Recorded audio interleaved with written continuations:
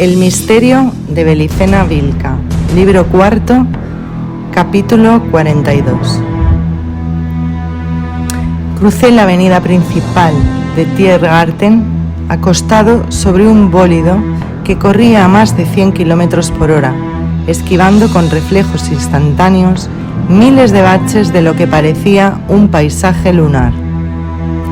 Las baterías alemanas, alertadas por Otto Meyer, abrieron el fuego simulando tratar de acertarme, cosa que desconcertó a los rusos y los llevó a concentrar el fuego contra ellas, permitiéndome alejarme. 10 minutos después, entraba en el Hilfestadt y circulaba a regular velocidad por la Gregorstrasse. Me detuve frente al 239, me levanté las antiparras y observé a ambos lados de la calle ni un alma. Pero lo más curioso era que, contrariamente a las demás manzanas que habían padecido el demoledor ataque de los bombardeos, la que contenía la casa de Konrad Tarstein se hallaba intacta, como si la guerra no hubiese pasado por allí. Nuevamente, como un rito 1000 veces repetido, golpeé la mohosa argolla que giraba el puño de bronce. ¿Sí? La chillona voz de Tarstein se dejó oír a través de alguna rendija de la antigua puerta. Soy Kurt von Suberman, es decir, Lupus, soy Lupus, camarada Unicornis. Se abrió la puerta y Tarstein, en el colmo de la serenidad, repitió una vez más. Pasé, lo estaba esperando. Son las 16 horas, llega justo para una taza de té. Si es que no le afecta adelantar una hora el horario inglés, indagó con ironía. No, un té estará bien. Usted no sabe lo que he tenido que pasar para llegar aquí. Literalmente atravesé un desfiladero de munición pesada. En esos instantes no sabía si iba a llegar aquí y no sabía tampoco que iba a encontrar aquí. Se imaginará mi sorpresa al comprobar que no se ha apartado usted de sus costumbres habituales.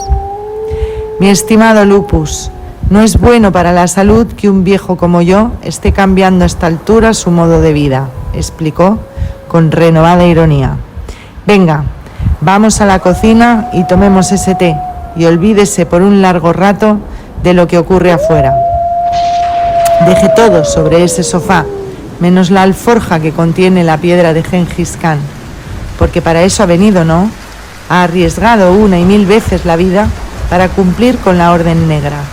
Es usted admirable, Kurt von Suberman, un caballero digno del Führer, un iniciado digno de los dioses. Como tantas veces antes, entré en la moderna cocina y me senté ante una mesita cubierta con fino mantel de hilo blanco. Tarstein preparó la infusión en una tetera de porcelana de Shanghái y llenó las tazas con té de la misma procedencia. Mientras lo saboreaba, ya más tranquilo, observé a Tarstein examinar la piedra de Gengis Khan. Parecía conmovido, cosa insólita en él. Al fin preguntó: ¿sabe qué es esto? La prueba de que la humanidad cuenta con una oportunidad, el testimonio concreto de que los dioses del espíritu se avinieron a tratar con los grandes iniciados que intentaban hacer realidad el imperio universal. Si ellos hubiesen triunfado en el siglo XIII, la historia de la humanidad sería muy distinta y el enemigo no habría tenido posibilidad de construir la sinarquía universal en el siglo XIV. Por ejemplo, no habría sido necesario que Felipe el Hermoso disolviese a los templarios en 1307 y 1314, pues Federico II los tendría que haber aniquilado de buen gusto en 1227. ¿Y sabe por qué ello no se realizó? Pues porque esta piedra que usted ha traído se extravió durante 7 años claves, de 1221 a 1228. En verdad no se extravió, sino que la extraviaron a propósito del fracaso de los planes imperiales. ¡Ay, Lupus! Si esta piedra hubiese llegado a tiempo a manos del emperador Federico II, quizás mi propia familia, la casa de Tarsis, no habría sido exterminada en 1268. Yo, naturalmente nefe, entendía muy poco de todo esto. Recién ahora, luego de leer la carta de Belicena Vilca, las palabras de Thorstein adquieren su verdadero y dramático significado. En aquel momento Konrad Thorstein debió notar el desconcierto en mi rostro, pues procuró aclarar con otras palabras el sentido de aquella increíble reliquia. ¿Recuerda la historia del emperador Federico II Hohenstaufen?, preguntó enérgicamente. Sí, es decir, recuerdo algunos hechos salientes, respondí vacilante. Pues bien, este hecho es muy saliente. ¿Recuerda lo que sucedió con su voto de cruzado? Oh, sí, afirmé complacido, de no ser totalmente ignorante. Creo que Federico II fue coronado en Aquisgrán en 1214 y allí hizo el voto fatal a Inocencio III de emprender una cruzada a Tierra Santa. Por diversos motivos no cumplió esta promesa hasta 1228, lo que le costó innumerables complicaciones con los papas, que derivaron en excomuniones y guerras. Las fechas son correctas, Lupus. Lo que usted no conoce con exactitud, porque ha permanecido en secreto hasta ahora y solo era del dominio de ciertas sociedades secretas, es el verdadero motivo por el cual Federico II retrasaba su viaje a Palestina. Y ese motivo es este, la piedra de Gengis Khan. Federico II esperaba desde 1221 la llegada de un iniciado mongol que sería portador de un pacto escrito entre el emperador de Oriente y el emperador de Occidente. Tal iniciado no llegó nunca a Sicilia y la razón fue que lo asesinaron en la Siria franca por orden de los druidas católicos. Cuando Federico II se decidió al fin a viajar a Medio Oriente, lo hizo con el propósito de rescatar la piedra de Gengis Khan, que estaba en poder del señor de Beirut. Pero ya era tarde para consumar el pacto metafísico, para someter el orden del mundo al imperio universal. Gengis Khan había muerto en 1227 y sus sucesores, que no eran iniciados, cayeron rápidamente en manos de los sacerdotes de la Fraternidad Blanca. Vale la pena conocer la historia con todos sus detalles, porque ahora, 700 años después, ha vuelto a presentarse la posibilidad de erigir el imperio universal. Y como entonces, la verdadera lucha se da en el plano de los grandes iniciados y de las altas doctrinas. El imperio universal contra la sinarquía universal, la sabiduría hiperbórea contra la cultura judaica, el pacto del Führer con los dioses leales de Agartha contra el pacto de un puñado de hombrecillos, Churchill, Roosevelt, Stalin, De Gaulle, etc., con los dioses traidores de Chan Chambalá. Las enormes matanzas de las masas combatientes impresionan, pero carecen de importancia, siempre carecen de importancia frente a la confrontación de los iniciados y los dioses. Esta piedra que usted ha hallado en el castillo de Federico II era el pacto de los emperadores con los dioses de Agartha, que iba a posibilitar la realización del imperio universal en el siglo XIII.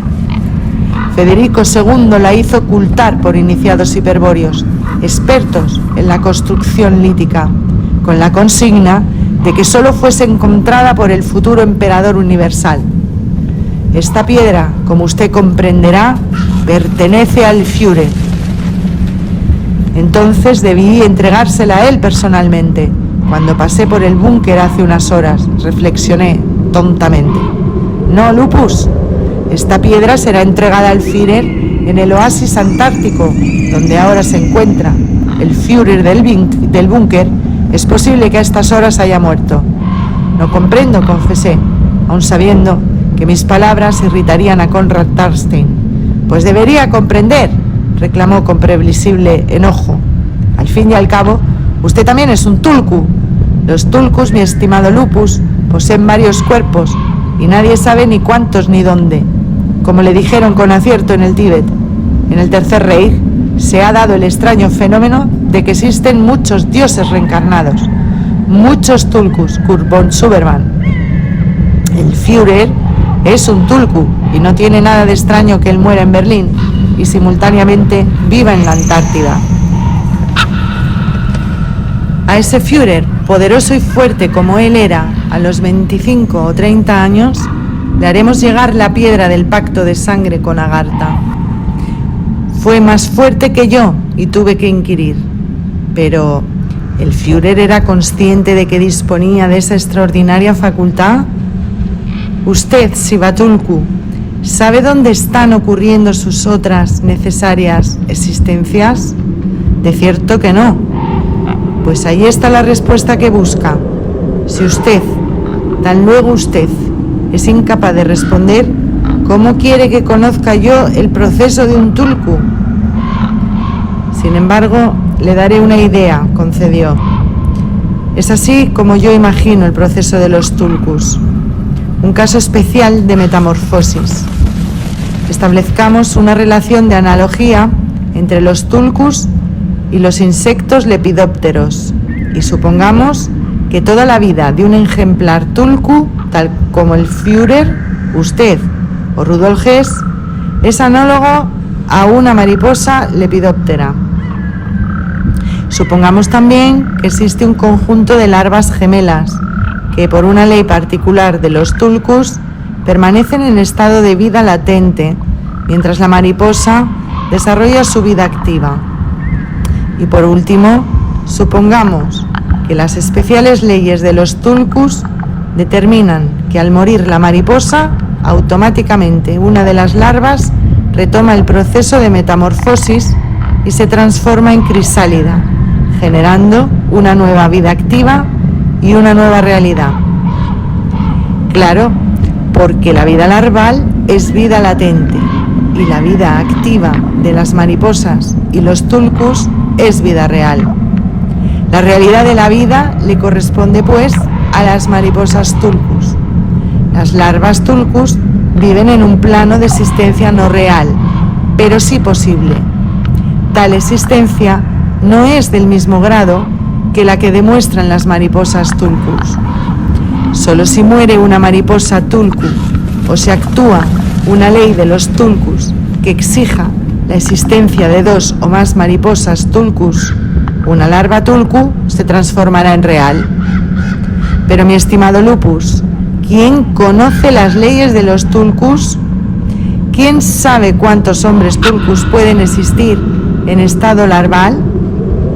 Un hombre común puede tomar una sola decisión para realizar en un tiempo y espacio determinado. Si las alternativas son dos, debe decir sin dudas, voy a hacer esto o voy a hacer lo otro.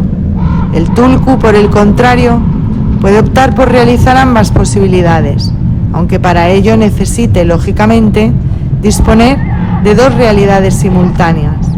El Tulku puede, por ejemplo, decir, voy a quedarme en Berlín y voy a morir allí si el Tercer Reich pierde la guerra, y decir también, voy a retirarme a los oasis antárticos, junto con la élite de la SS, para preparar la batalla final contra la sinarquía universal y cumplir con ambos enunciados. Para una persona común sería imposible realizar las dos sentencias, pero para un Führer Tulku ello es perfectamente posible. Naturalmente, Lupus, que las dos o tres realidades del Tulku solo habrán de coincidir en el Tulku mismo, en el contexto que le confiere significado y que él significa. Fuera del Tulku, las realidades de los Tulkus vivientes pueden no coincidir. El tiempo contraerse o expandirse, las cosas dislocarse, la historia contradecirse. Lo que esté en la realidad de un Tulku viviente, es decir, de un Tulku real, ejemplar, de una mariposa Tulku, más allá de lo Tulku, puede no estar en la realidad de otro Tulku real, pero distinto del primero. O inversamente, puede estar sobradamente en su contexto. Le aclaro esto para advertirle que desde ahora los partidarios de la sabiduría hiperbórea deberán definir a cuál realidad se refieren si a la realidad del Führer muerto en la Cancillería Búnker de Berlín o a la realidad del Führer vivo, siempre joven en su refugio mágico, donde aguarda los tiempos históricos de la batalla final. Y le anticipo desde ya que los que elijan vivir en la primera realidad serán considerados traidores, por más que se proclamen nacionalsocialistas o nazis. Con los ojos brillantes, Konrad Tarstein se detuvo un segundo para servirse más té. ¿Rudolf Hess? Sí, Rudolf Hess también es un tulku, y por eso ahora se encuentra junto al Führer, en el refugio secreto. Está tal cual usted lo conoce, no ha cambiado nada, y porque es un tulku puede estar con el Führer y además estar prisionero de los ingleses. Pero dejemos a los tulkus por el momento y regresemos a la piedra de Gengis Khan. Le decía antes que vale la pena conocer la historia con detalles. Usted la ha encontrado y merece mejor que nadie conocer esa historia, aunque esta no sea la mejor ocasión para relatarla. De cualquier manera, se la resumiré. Preste atención. En Mongolia, en el desierto de Gobi, existe un lugar que la sabiduría hiperbórea denomina la Puerta Tar, que comunica directamente con el reino de Agartha. En la época de Gengis Khan y Federico II, los sidas leales habían aprobado un plan de los iniciados hiperbóreos, conocido como Estrategia Tir, destinado a fundar el Imperio Universal en la Tierra. El elegido en Oriente para ello era el príncipe Temujin, quien recibiera de joven la iniciación hiperbórea por parte de unos sidas procedentes de la Puerta Tar. Recuerde que el padre de Temujin, Yesugei, había muerto envenenado por los tártaros cuando el joven príncipe solo contaba 9 años y que desde entonces hasta su adultez vivió miserablemente junto a su madre y hermanos en las desiertas tierras del Alto Onón. Como todos los grandes elegidos de la historia, es durante ese periodo que los sidas lo instruyen e inician. Según la tradición local de los grandes antepasados de los mongoles, fueron el lobo gris y la corza leonada, lo que significa que sus antepasados no fueron humanos, o lo que es lo mismo, que fueron dioses. En la caverna sagrada de Erkenekon, el lobo gris desposó a la corza, que procedía de las inmediaciones del lago Baikal. Posteriormente, la pareja original se mudó a la montaña sagrada Burgan Khaldun, la actual Kentei, antigua morada de Kop-Kep, dios del infinito.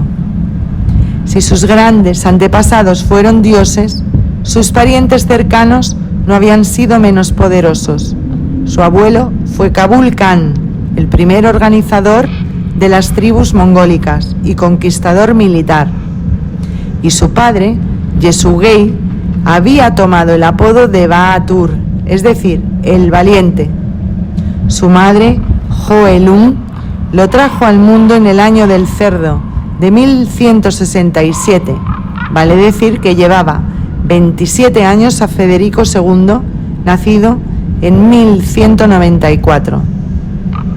Su pureza de sangre era tan elevada que se hizo acreedor a una representación del signo del origen, la más alta distinción hiperbórea del siglo XIII después del Geral, que fue confiado a los cátaros occitanos. Por eso, cuando una dieta de jefes y reyes mongoles se reunió en 1206 en Karakorum y lo eligió Khan, Temujin exhibió con orgullo el signo que le había dado el triunfo sobre sus enemigos y le permitió concretar la unidad de su raza. Ese signo que ostentaba en su anillo y estandarte no era otro que la esvástica levojira, el mismo que 700 años más tarde sería lucido en las gestas más gloriosas por otro pueblo hiperbóreo, pero esta vez de raza blanca. A Gengis Khan le fue encomendada una misión histórica que él supo cumplir en todos sus aspectos, de modo que no es posible reprocharle nada por el fracaso de la estrategia TIR. Por el contrario, este fracaso se debe casi exclusivamente a la excelente contraofensiva desatada en Occidente por las fuerzas enemigas, que operaban infiltradas en la Iglesia Católica. Esa misión histórica consistía en fundar un gran reino mongol en el este, que abarcase completamente el norte y centro de Asia, simultáneamente con el surgimiento de un gran reino blanco en el oeste. Cuando la fundación de estos reinos estuviese consumada, entonces llegaría el momento de sellar con un pacto la creación de un imperio universal en el cual los mongoles estarían subordinados a un auténtico rey del mundo blanco y donde las masas amarillas se reservarían el derecho de avanzar hacia el oeste y las élites blancas, menos numerosas pero más capacitadas culturalmente, marcharían hacia el este. Allí en Mongolia, la corona de la tierra, florecería una civilización hiperbórea nunca vista desde los días de la Atlántida. Estos eran, en pocas palabras, los objetivos propuestos por la estrategia TIR. Le mostraré ahora a Lupus cómo Gengis Khan cumple su parte en la estrategia TIR. En 1206 une a todas las tribus de mongoles e inicia la conquista de China. Y en 1215, con la toma de Pekín, alcanza el límite oriental del Asia. A partir de entonces, solo falta tomar contacto con el rey del oeste. ¿Pero quién es ese rey? ¿Cómo reconocerlo si hacia el oeste, lejos de existir la unidad, se advierte una confusa organización feudal? Le recuerdo, Lupus, que según la sabiduría hiperbórea, los efectos del Kali Yuga no son de la misma intensidad en todos los puntos geográficos. Por el contrario, existe una ruta del Kali Yuga que recorre en espiral la superficie esférica de la Tierra y sobre la cual el Kali Yuga es más intenso o más actual. Dicha zona es orientable y en la región que estamos considerando orientable de este a oeste, es decir, que los efectos del Kali Yuga son más intensos hacia el oeste que hacia el este. Yendo hacia el este aumenta la espiritualidad y yendo hacia el oeste aumenta el materialismo propio del Kali Yuga. Atendiendo a estos principios es que a la puerta Tar en el desierto de Gobi se la denomina además centro de menor intensidad del Kali Yuga. Para situarse en el dilema de Gengis Khan, hay que considerar que el rey del oeste debería ser grande por el poder del espíritu, como también lo era Temujin, y reflexionar sobre las dificultades que supone mirar desde el este del Asia hacia el oeste de Occidente. Gengis Khan, hacia el oeste, solo veía tinieblas espirituales y reinos, muchos reinos, pero ningún gran reino. El reino de los persas, que pronto caería, el reino de los griegos bizantinos, que a duras penas resistía el asedio árabe y turco, un reino muy pequeño y débil, con reyes sin iniciativa, que gustaban hacerse llamar emperadores. Los reinos eslavos de los rusos y polacos no podían ni soñar con ponerse a la cabeza de los pueblos del oeste, y por el contrario, serían presa fácil de la Horda de Oro. Por idéntico motivo cabía descartar a Armenia, Georgia, Bulgaria, Hungría, etc. Quedaban los reinos germánicos de Europa, sin dudas los más fuertes, pero en ellos, de acuerdo a la visión de Gengis Khan, las tinieblas eran absolutas. Si allí estaba el gran rey, sería preciso distinguirlo por sus cualidades exteriores, y para eso debería contar con la información adecuada. Con ese propósito hizo conducir a su presencia a muchos viajeros, comerciantes o religiosos, a quienes interrogó duramente, con escasos resultados. Pero de sus relatos pudo saber que existían verdaderamente dos grandes reinos cristianos, uno franco y otro romano-germano.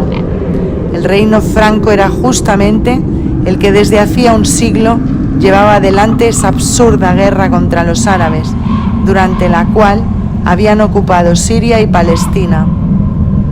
Gengis Khan pensó entonces que debería dirigirse al rey franco y al rey alemán, pero quedaba aún una duda por despejar. Ambos reyes se decían cristianos y siervos de un gran sacerdote llamado Papa. ¿No sería este Papa el verdadero rey del mundo? Para formarse una opinión sobre el cristianismo y el Papa, mandó a buscar sacerdotes nestorianos de Armenia y algunos ortodoxos griegos que estaban como esclavos en Pekín. Por ellos conoció la historia de Jesucristo y supo que el Papa no era un guerrero sino un pastor, que no mataba sino que mandaba a matar, y que no cabalgaba junto a su pueblo durante las guerras, sino que permanecía toda su vida en seguros y lejanos conventos. Y con una mueca de disgusto, Gengis Khan descartó al Papa como una digna autoridad espiritual con la cual él pudiese tratar. Antes de 1220, Gengis Khan ya sabía que de los dos reyes, el franco y el alemán, convenía a sus planes dirigirse al último de ellos. Tal convicción la obtuvo al evaluar la información religiosa que le brindara uno de sus múltiples confidentes esotéricos. Pero vale decir aquí una aclaración.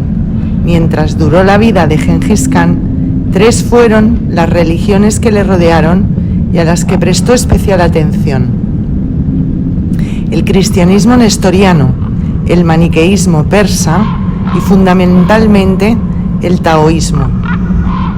A la religión de Confucio la rechazó por reaccionaria y en el budismo reconoció enseguida un sistema basado en la Kalachakra de Chanchambala, contra el cual le advirtieran tempranamente sus instructores hiperbóreos.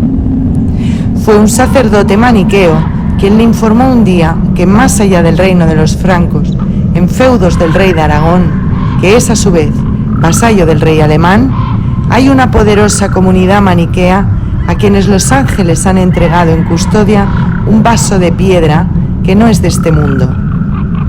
Esta noticia impresionó a Gengis Khan, así como el saber que las tropas del rey de los francos, con la bendición del Papa, se estaban dedicando a exterminar a aquellos maniqueos del oeste llamados cátaros, es decir, puros.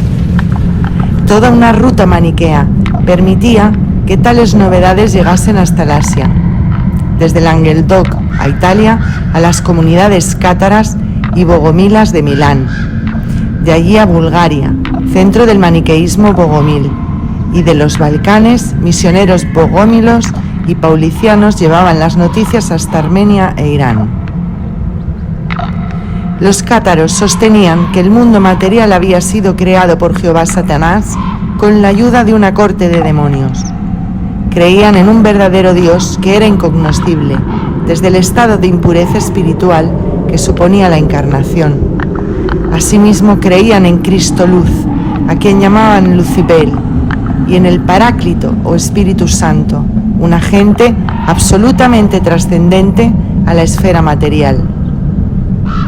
Consecuentemente, con esas creencias rechazaban el Antiguo Testamento de la Biblia por considerar que en él se narraba la historia de la creación del mundo por Jehová Satanás, un demiurgo maligno, y en el que no se mencionaba nada del verdadero Dios. Del Nuevo Testamento solo aceptaban el Evangelio de Juan y el Apocalipsis. Sobre la Iglesia de Roma opinaban que era la sinagoga de Satanás, un refugio para los demonios y sus siervos, en la que no brillaba ni un rayo de luz espiritual. Naturalmente, si los creyentes en una doctrina tan clara eran condenados a muerte por el Papa y reprimidos hasta el aniquilamiento por las tropas del rey Franco, no cabían dudas que estos últimos eran a su vez partidarios del demiurgo Jehová Satanás. Pero las cosas no se veían tan claras desde Mongolia. En efecto, Resultaba sospechoso que el rey franco Felipe Augusto no participase personalmente de la matanza cátara y, lo que era aún más llamativo, que toda Francia hubiese sido puesta en entredicho entre 1200 y 1213 por Inocencio III, debido al concubinato que el rey mantenía con un amante. ¿Cuál de los reyes, el alemán o el franco, era, al fin, el aliado que mencionaban los sidas? Viéndolo este oscurecido por las tinieblas del Kali Yuga, Gengis Khan decidió enviar 3 mensajeros embajadores a Inocencio III, a Felipe Augusto y a Federico II, con la misión de iniciar relaciones diplomáticas, y a quienes instruyó para que realizasen discretos sondeos destinados a concretar una alianza entre el este y el oeste. Hizo esto para ganar tiempo, en tanto otros enviados suyos viajaban hasta el centro de menor intensidad a buscar las ansiadas respuestas. Hacia 1220, Gengis Khan ya sabía que el trato debía celebrarse con el rey alemán, pero un pacto semejante, que no sería político sino espiritual y que se celebraría en varios mundos a la vez, requería de mayores certezas que la mera convicción humana. En 1221, el sabio taoísta Chiu Chuchi regresó, luego de 2 años de la expedición al centro de menor intensidad. En el campamento mongol, a orillas del río Oro, el sabio relató a Gengis Khan su increíble aventura. Había sido autorizado por los sidas a visitar el reino de Agartha. Guiado por unos misteriosos iniciados mongoles, se internaron cientos de kilómetros en el desierto de Gobi hasta llegar a un sitio completamente desolado y yermo, a donde no parecía posible que existiese ningún vestigio de vida vegetal o animal. En tal sitio, aparentemente en medio del desierto, los monjes decidieron acampar, y aunque parecía un suicidio, el sabio chino no osó contradecirlos. Permanecieron allí varios días, perdió la cuenta del total, hasta que una noche, en que se hallaba profundamente dormido, tratando de reponer las fuerzas que durante el día el ardiente sol le arrebataba sin piedad, fue despertado bruscamente. Sin salir de su asombro, fue invitado por los monjes, a quienes acompañaban unos terribles guerreros surgidos no imaginaba de dónde, a internarse con ellos en el desierto en una dirección determinada. Pero no anduvieron mucho, pues muy cerca del campamento, en un lugar que en esos días había observado muchas veces y en el que no podía ver nada más que arena, se distinguía claramente un brillo blancuzco que brotaba del suelo. Era una noche despejada, con una luna que derramaba torrentes de luz plateada sobre la sinuosa superficie del desierto. Sin embargo, y esto lo repitió muchas veces el sabio de Santung, al llegar a pocos pasos de distancia, la luz que brotaba del suelo era 100 veces más intensa que la luna, a tal punto que su cegador resplandor impedía distinguir qué o quién la producía.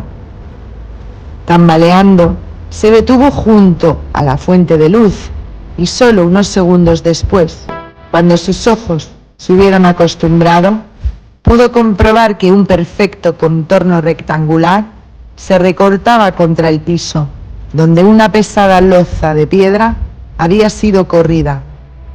La luz provenía de aquella abertura que conducía directamente a una escalera descendente, cuyos escalones se perdían rápidamente de vista en las profundidades de la tierra. A pesar de lo fantástico de la historia, Gengis Khan la aceptó sin dudar, porque el sabio Chiu Chuchi merecía su total confianza, y principalmente porque su misión había tenido éxito. Traía consigo un mensaje de los sidas y le acompañaba para interpretar tal mensaje ante el Khan de los mongoles, un habitante de Agartha. Según Chiu Chuchi, luego de descender a las profundidades, increíbles por aquella trampa del desierto, arribaron a un túnel horizontal perfectamente iluminado, y allí subieron a un carro que viajaba velozmente sin ruedas ni caballos, el cual los condujo en pocos minutos a la ciudad de Wotan, el señor de la guerra, en donde, a pesar de estar bajo tierra, es posible ver el cielo y las estrellas. En Agartha, el señor de la guerra en persona recibió a Chilchuchi, a quien dijo: estaba esperando para entregarle la fórmula mágica que da poder sobre los pueblos. Dicha fórmula, explicó Wotan, ya era conocida por Gengis Khan desde los días de su iniciación hiperbórea. La novedad consistía ahora en que la fórmula había sido dotada de una luz nueva, más intensa, con el fin de que pudiese ser leída aún en medio de las tinieblas más impenetrables. En síntesis, Wotan entregó a Chilchuchi una piedra color verde, semejante al jade, en la que estaban talladas 2 columnas paralelas de 13 signos, pues explicó Wotan, tanto la lengua Bigur, que hablaba Gengis Khan, como el idioma del rey del oeste, a quien estaba destinada la piedra, provenían de una antigua lengua sagrada llamada H, es decir, Eta. La piedra consistía en el único Pactio Verborum, ya que mediante la sola lectura por cada uno de los reyes, el mongol y el del oeste, de la fórmula escrita, quedaría sellado un pacto metafísico que involucraba no el cuerpo ni los bienes materiales, sino el espíritu de los pueblos, y que comprometía en la contienda al señor de la guerra y a su ejército de ángeles. Un pacto tal era con seguridad 1000 veces más poderoso y duradero que las débiles y dudosas alianzas de los hombres. Para custodiar la piedra y asegurarse que la fórmula sería pronunciada con el ritual adecuado, uno de aquellos extraños habitantes de Agartha, de rasgos mongólicos pero de piel rojiza, acompañaría a Chilchuchi hasta el campamento de Gengis Khan.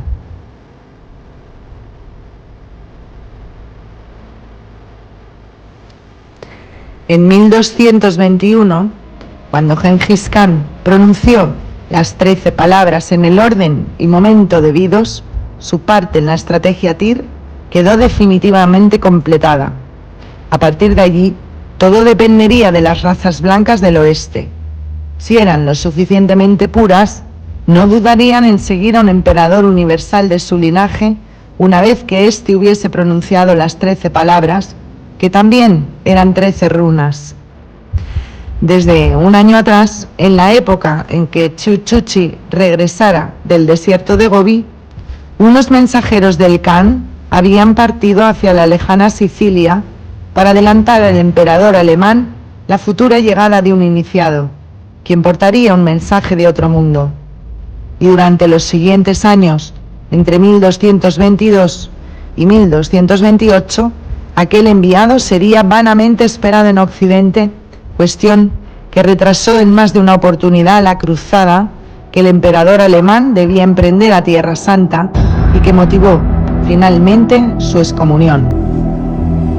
¿Qué había ocurrido con el mensajero y la piedra? Durante 4 años, Federico II esperó infructuosamente su llegada, pero al tártaro se lo había tragado la tierra.